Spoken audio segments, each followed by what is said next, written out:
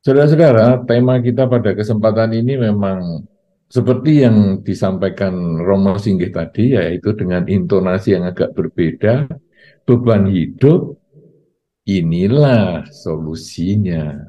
Nah, jadi kita memang dalam hidup ini punya, kadang orang merasa punya beban ya. Saya mengatakan merasa, karena beban ini kan relatif.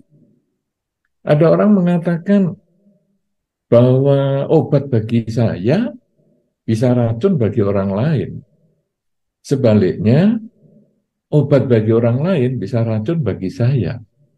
Beban hidup bagi saya, mungkin bagi orang lain biasa-biasa saja. Sedangkan beban hidup orang lain, bagi saya juga biasa-biasa saja.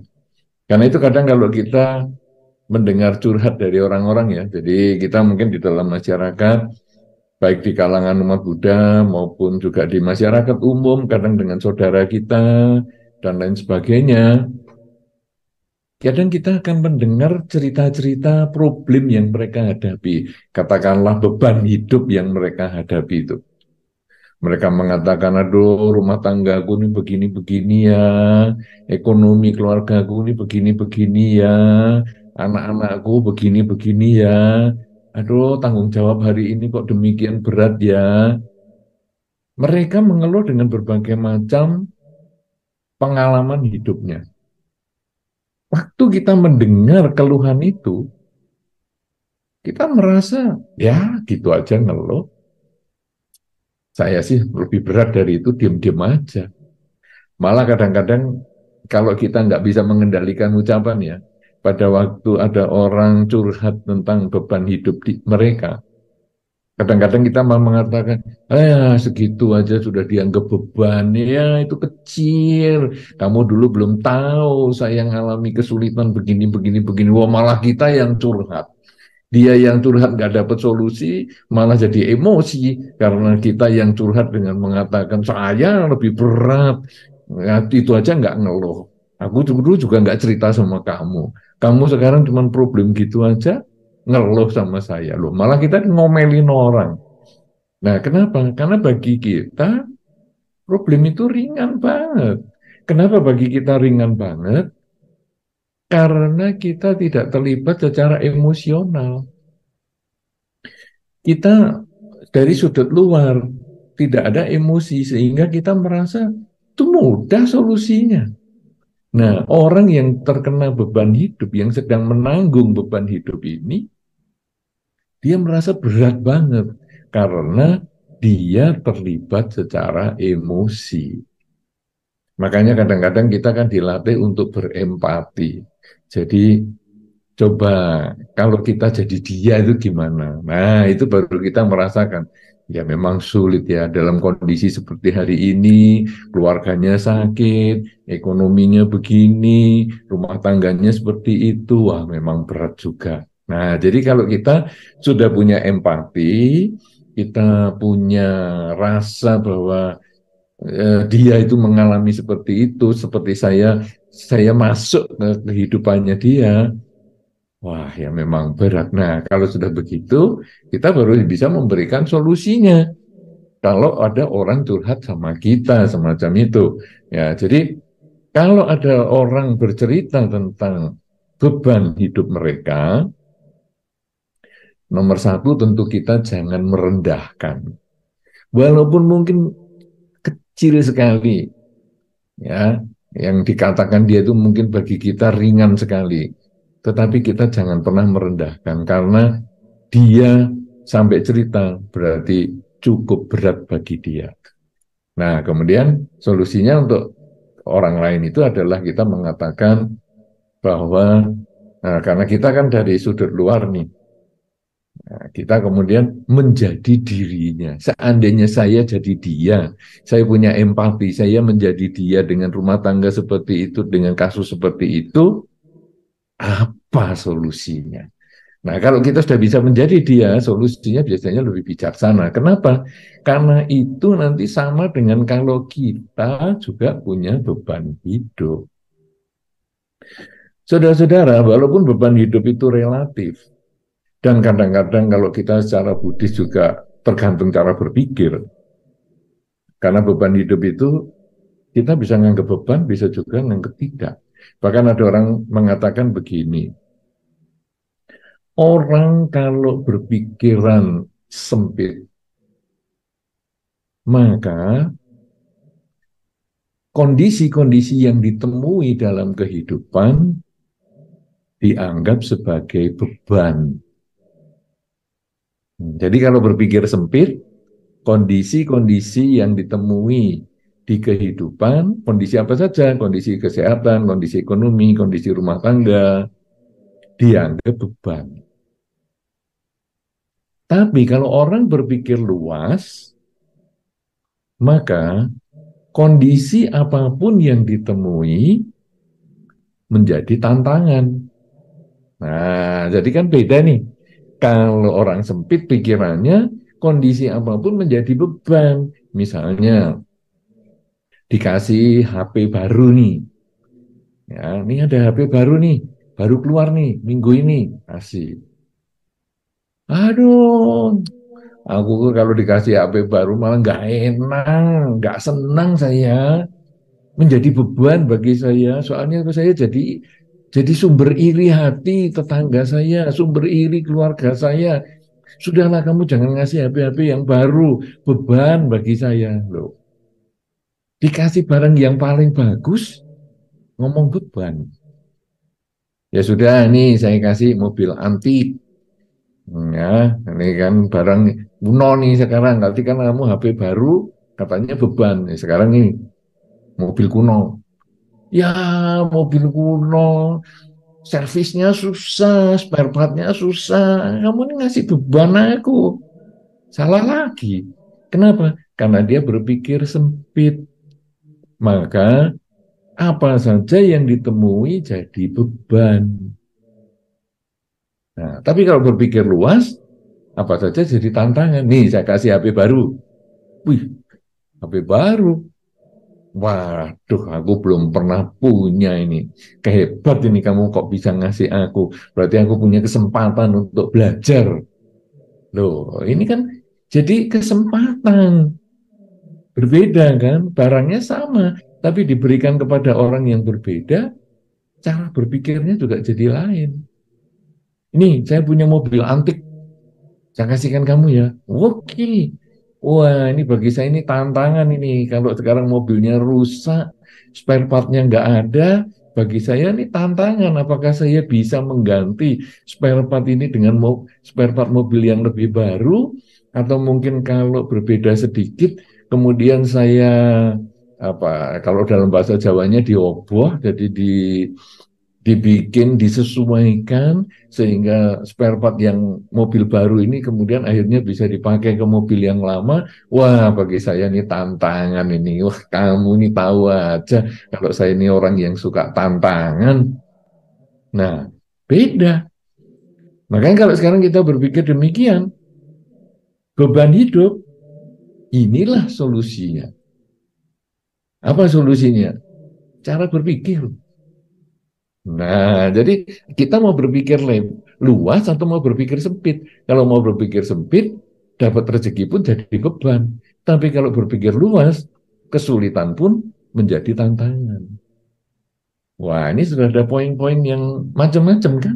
Jadi beban hidup itu bisa tergantung pribadi, sekarang tergantung juga cara berpikir kita, sempit atau luas. Nah, saudara-saudara, tapi kadang orang mengatakan Bante, cara berpikir ya iya, tapi kenyataan ini memang ada beban hidup itu. Ya ekonomi saya ini loh berat, saya ini loh sakit-sakitan, rumah tangga saya ini loh kacau-kacau. Masa sih semua cara berpikir?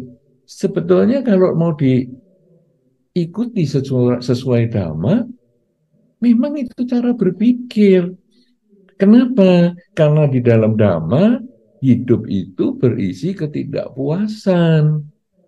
Bertemu dengan yang tidak disukai, berpisah dengan yang dicinta, itu sebetulnya sumbernya dari keinginan kita. Keinginan kita untuk selalu berkumpul dengan yang kita sukai, dan kita tidak ingin bertemu dengan yang tidak kita sukai. Jadi yang kita anggap beban hidup tadi, kalau secara dhamma juga itu hanya pola pikir bahwa saya tidak mendapatkan apa yang saya sukai. Itu menjadi beban hidup juga. Nah, kalau saya mendapatkan yang saya sukai, saya pengen HP akhirnya dapat HP, saya pengen sepeda motor hanya dapat sepeda motor, hidup bahagia. Tapi ketika saya pengen HP tidak dapat HP, saya pengen sepeda motor tidak dapat sepeda motor, saya pengen kendaraan tidak dapat kendaraan, saya pengen rumah tidak dapat rumah, jadi beban. Nah, ini juga kalau sesuai dhamma sebetulnya beban hidup itu hanya pola pikir juga, keinginan yang tidak tercapai. Saudara-saudara, tapi kalau kita terus ngomong seperti ini, akhirnya orang-orang mengatakan, aduh, lu solusinya apa yang real? Aku itu mau. Yang real itu gimana supaya kalau saya sudah mendengarkan apa yang disampaikan pada kesempatan ini, saya itu tahu jalan keluarnya. Saudara-saudara, kalau memang kita tidak bisa mengubah pola pikir kita, bisa menerima bahwa sesungguhnya yang disebut beban hidup itu adalah keinginan yang tidak tercapai, sehingga solusinya adalah memperbaiki pikiran kita agar keinginan bisa sesuai dengan kenyataan, tapi level itu memang menjadi sulit, maka di dalam Dhamma masih disediakan beberapa hal lagi sebagai solusi untuk mengatasi beban hidup kita. Solusi yang pertama, ketika kita mengalami kesulitan yang kita menganggap itu sebagai beban hidup dan sudah tidak bisa kita anggap sebagai tantangan, ya kalau sebagai tantangan kita kemudian punya kesempatan untuk memperbaiki segala kesulitannya itu, menyelesaikan segala kesulitannya dan kita menjadi pemenang, tapi kadang mental kita bukan mental pemenang. Lalu di dalam Dhamma disediakan nih cara-cara untuk menyelesaikan. Atau yang dikatakan tadi, inilah solusinya. Solusi yang pertama, ketika kita mengalami kesulitan, ketika kita menerima beban hidup, maka solusi yang pertama adalah yang kita miliki adalah mempunyai keyakinan. Kita harus yakin bahwa dalam kehidupan ini segala sesuatu pasti berubah. Tidak ada yang kekal. Hidup selalu berubah. Jadi, ketika kesulitan ini datang, kemudian kita mengucapkan dalam batin, ini pasti berubah. Satu ketika kesulitan pasti akan menjadi selesai. Sama dengan pagi hari bisa menjadi sore, siang bisa menjadi malam.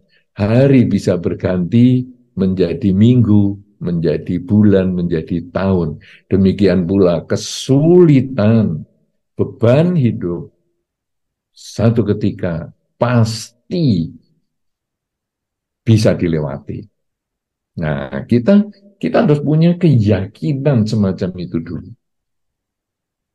Kemudian kita mungkin waktu memikirkan seperti itu, ya pertama kita mengatakan ya oke lah, semua pasti selesai lah, pasti berubah lah. Oke. Tapi saya sudah nunggu ini 2 tahun, kok nggak berubah? Kadang-kadang ketika kita sudah lama berusaha, kadang kita itu kemudian putus asa. Kita tidak mau menyelesaikan apa yang telah kita mulai sendiri. Kita merasa ya sudahlah, ya berhenti saja. Itu sama dengan kita menggali sumur. Anda yang mungkin di daerah pegunungan, Anda akan tahu bahwa sumur itu agak dalam, sehingga sudah digali 30 meter, kok belum keluar air. Sudahlah berhenti aja. Sudah nggak usah gali lagi sumur. Padahal kalau digali lagi 3 meter lagi, sudah keluar airnya. Tetapi karena di 30 meter kita berhenti, kurang 3 meter. Ya kita nggak dapat air. Perjuangan kita yang 30 meter menggali sedikit demi sedikit berhari-hari itu tidak ada gunanya. Hanya karena kita putus asa. Padahal kalau kita merasa sudah 30 meter nih saya gali. Apa salahnya saya lanjutkan lagi? Saya lanjutkan lagi semeter lagi, 2 meter lagi, 3 meter lagi, 4 meter lagi, 5 meter lagi. Terus kita mau menyelesaikan itu semua. Karena saya harus menyelesaikan apa yang sudah saya mulai. Dengan cara begitu, akhirnya keyakinan kita bahwa segala sesuatu itu pasti berubah, itu yang akan membuat beban hidup kita itu bisa terselesaikan. Karena saya yakin, saya pasti akan melewati kesulitan-kesulitan hidup ini. Apalagi kalau kita punya keyakinan tentang hukum sebab akibat perbuatan, bahwa saya mengalami kesulitan ini adalah bagian dari buah perilaku yang pernah saya lakukan sebelumnya. Mungkin beberapa hari yang lalu, mungkin beberapa tahun yang lalu, mungkin di waktu saya masih usia kecil. Mungkin saya melakukan hal-hal yang tidak baik, dan sekarang dalam masa ini saya sedang memetik buah perilaku buruk itu. Kalau demikian, sama dengan saya sedang memanen durian. Kalau saya sudah memanen durian, maka satu saat durian yang dipetik satu, pada satu ketika nanti pohon durian ini tidak ada lagi buahnya.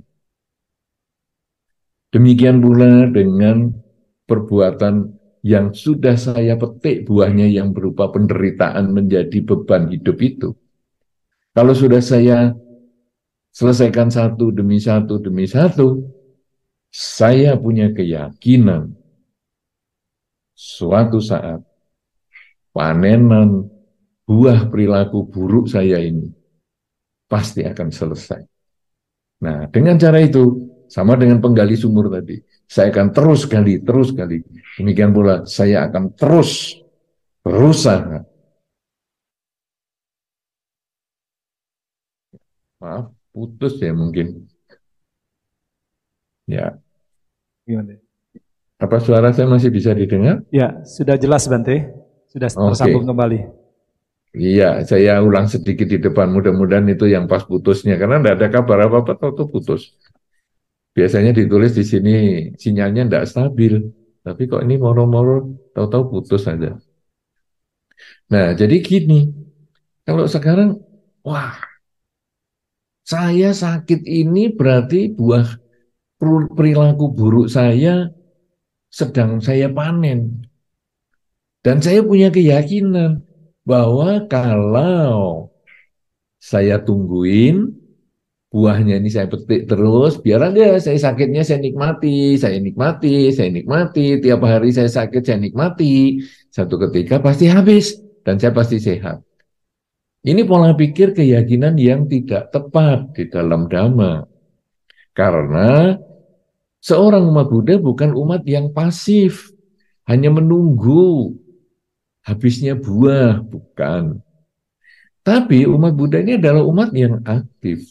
Sehingga selain kita punya keyakinan Maka yang kedua, solusi yang kita harus miliki pada saat kita punya beban hidup adalah kita punya semangat.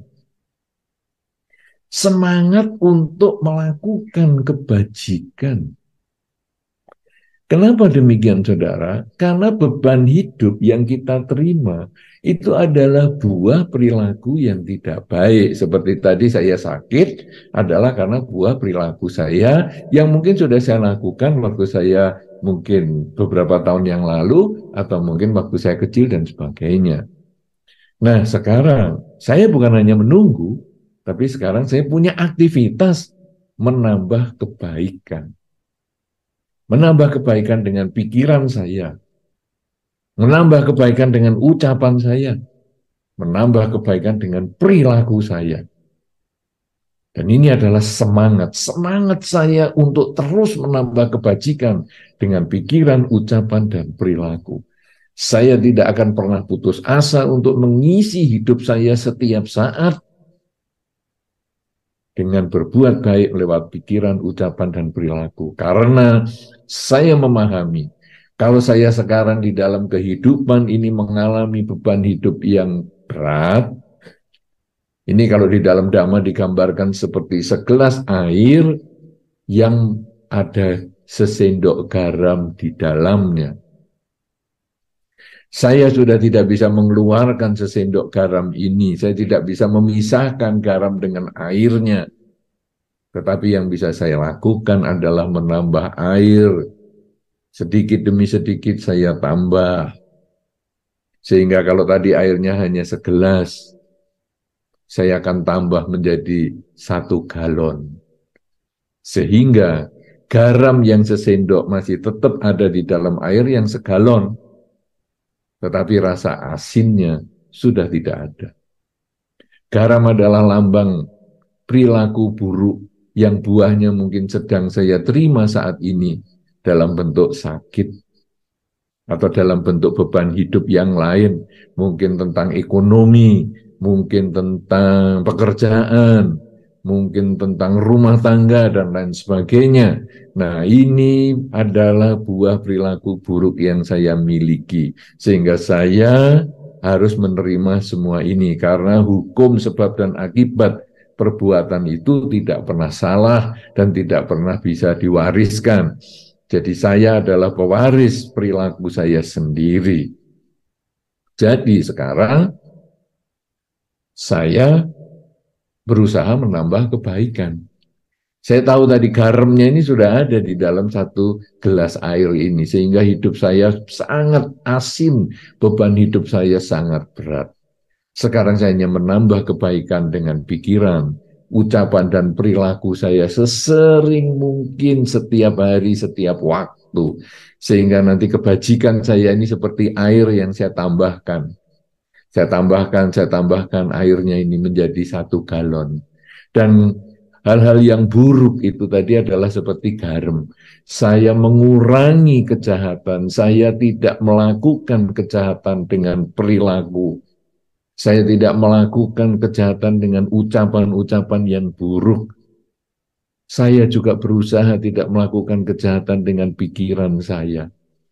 Sehingga saya menyetop penambahan garam. Saya menghentikan penambahan garam, tapi saya menambah air semaksimal mungkin. Karena ini kalau di dalam Dhammapada dikatakan kurangi kejahatan, kurangi garamnya, tambah kebajikan, tambah airnya. Karena dengan kita menambah kebajikan sebanyak mungkin sampai diibaratkan seperti air 1 galon, atau malah 1 drain besar, maka garam sesendok itu menjadi tidak ada rasanya lagi. Kalau demikian, saudara, inilah semangat untuk terus berbuat baik dan terus berbuat baik. Ketika saya sudah berbuat baik dengan pikiran, ucapan, dan perilaku, tapi kok beban hidup saya kok tidak, seolah-olah tidak berkurang. Kita lalu mengubah pola pikir kita, bahwa saya sudah berbuat baik saja, beban hidup masih ada. apalagi saya tidak berbuat baik. Dengan cara demikian kita jadi tambah semangat lagi untuk berbuat baik, tambah lagi semangat untuk berbuat baik. Tidak akan pernah berhenti untuk berbuat baik. Sebaliknya bagi Anda ataupun kita-kita yang merasa, aku hidup ini tidak punya beban sih, santai ya, karena aku bisa mengubah pola pikir kok. Bahwa semua kesulitan dalam hidup ini saya anggap tantangan. Jadi saya tidak merasa ada beban hidup. Jadi apakah kalau kita sudah merasa tidak ada beban hidup, lalu kita tidak perlu berbuat baik? Keliru. Kalau kita tidak merasa sudah tidak ada beban hidup, maka kita harus tetap berbuat baik dengan pikiran, dengan ucapan, dan dengan perilaku. Karena konsep kita adalah belum banyak berbuat baik saja, hidup saya sudah nggak punya beban. Apalagi kalau saya bertambah kebaikannya, maka beban ini sudah sangat jauh dari hidup saya. Karena tidak berbuat baik saja bebannya sudah tidak ada, apalagi saya tambah berbuat baik. Dengan demikian, saudara, kita tidak ada lagi upaya untuk menyia-nyiakan hidup kita dalam perbuatan kebaikan. Kita hanya ada selalu berbuat baik, selalu berbuat baik, selalu berbuat baik, tidak pernah menyia-nyiakan waktu kehidupan kita. Kita hanya ada memanfaatkan seluruh kehidupan kita ini. Hanya berbuat baik dengan pikiran, ucapan, dan perilaku. Kita memiliki beban hidup. Ya, melakukan kebajikan yang banyak, mengurangi kejahatan. Kita tidak memiliki beban hidup. Kita juga tetap berbuat kebajikan dengan pikiran, ucapan, dan perilaku. Sehingga hasilnya kita akan memperoleh kebahagiaan yang lebih maksimal. Anda yang dulunya punya beban hidup, akhirnya hidupnya bahagia karena perbuatan baik Anda. Anda yang tidak punya beban hidup sebelumnya, dengan banyak berbuat baik, hidupnya tambah bahagia lagi. Kenapa? Karena memang di dalam Dhamma, hidup itu yang dicari adalah kebahagiaan. Banyak orang mengatakan, masa sih hidup mencari kebahagiaan di dalam Dhamma? Kan ajaran Sang Buddha kan menyebutkan hidup itu adalah duka. Dan itu adalah ajaran Sang Buddha yang pertama ketika Sang Buddha mengajarkan di dalam sutta ataupun di dalam khotbah Dhamma yang pertama, pemutaran roda Dharma. Hidup adalah duka, penderitaan. Berarti agama Buddha ini agama penderitaan, keliru. Pola pikir itu keliru. Justru diceritakan agama di dalam agama Buddha bahwa hidup itu adalah penderitaan karena ada upaya untuk mencapai kebahagiaan. Kalau diceritakan tentang bahagia, semua orang sudah tahu.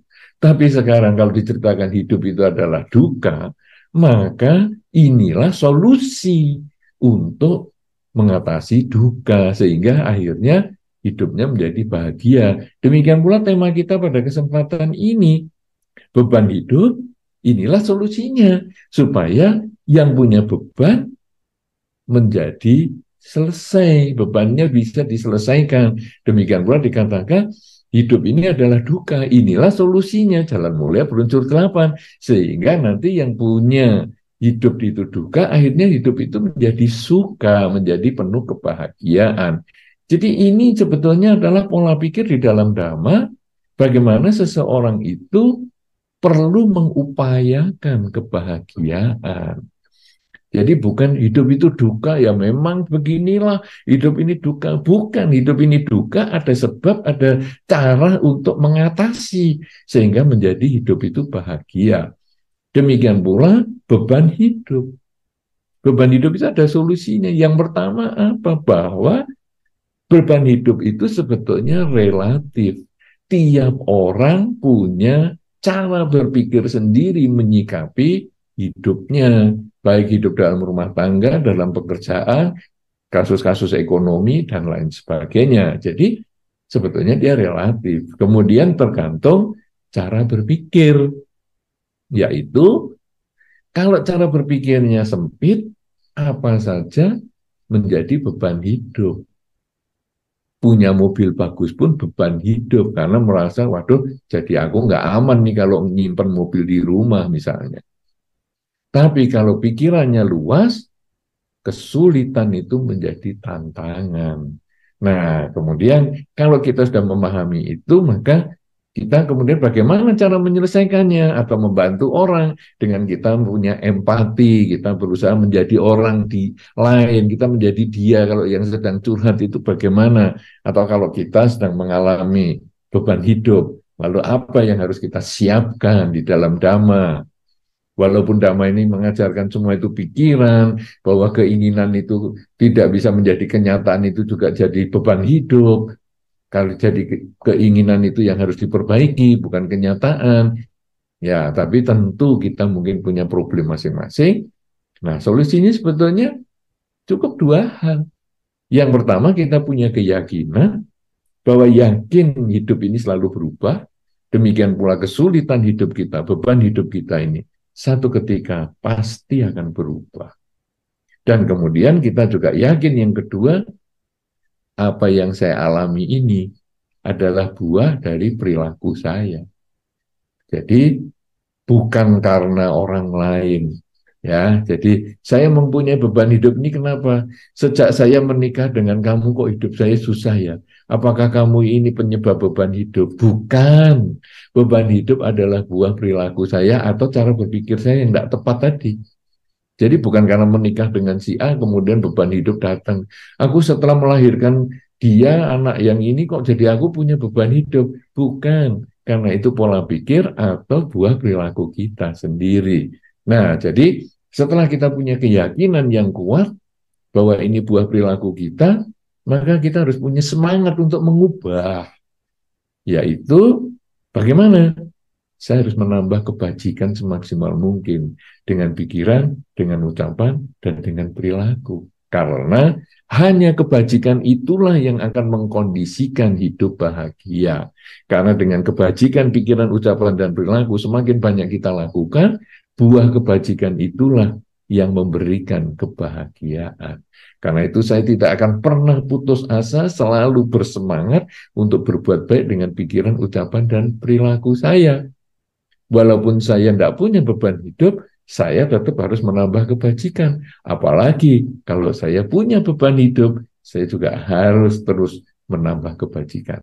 Dengan cara seperti ini, maka beban hidup apapun juga yang kita hadapi, apakah itu di dalam rumah tangga, di dalam kesehatan, di dalam pekerjaan, di dalam apa saja, maka kita secara bertahap bisa menyelesaikan dan akhirnya hidup kita menjadi bahagia karena kita melaksanakan dhamma di dalam kehidupan kita sehari-hari. Beban hidup menjadi minggir karena kita sudah bisa menyelesaikan sesuai dengan dharma. Nah, inilah yang menjadi pengantar pembahasan kita pada kesempatan ini dengan tema yang sangat baik sekali yang disediakan oleh para pengurus Wihara Buddha Sikyamuni, yaitu beban hidup. Inilah solusinya. Demikian, saudara-saudara, mudah-mudahan bisa memberikan manfaat. Dan saya kembalikan kesempatan kepada Romo Singge Prayityo. Terima kasih. Silakan, Romo.